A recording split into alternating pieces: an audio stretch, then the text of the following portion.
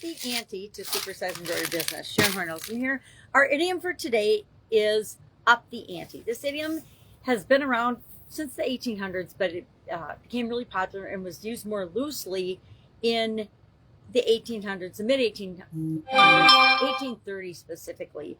And it came from the game of poker, where ante comes from the Latin word before, and it means you put in some type of money or chips or whatever before. Came from poker and other card games and gambling efforts, and you have to pay a certain amount in order to participate. It's kind of like pay for play, right?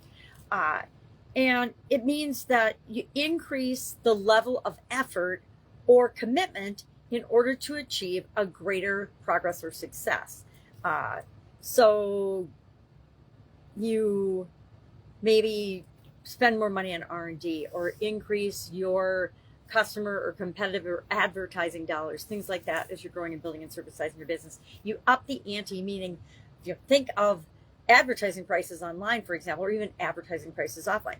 The more people that are demanding something, the higher the price is. So the more people that want certain keywords, or the more people that want to advertise and get the attention of a certain group of people, the more it costs in order to do that. And if you want to participate, and that's how you want to get customers, then you need to up the ante. If you want to get more people's attention by doing social media marketing and things, then you need to up the ante and actually put some energy and effort into your social media, your content creation, your SEO, organic search, etc.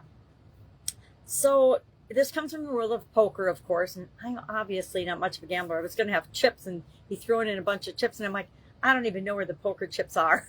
So I'd have to go hunting in the game room for those. So I like this idiom. I think it reminds us that what we put into things is what we get out of them. We need to put more effort in and more energy into maybe developing our skills or our processes or our procedures or our systems or our customer service or our customer experience or our communication, whatever it is for our organization that helps us to go to the next level.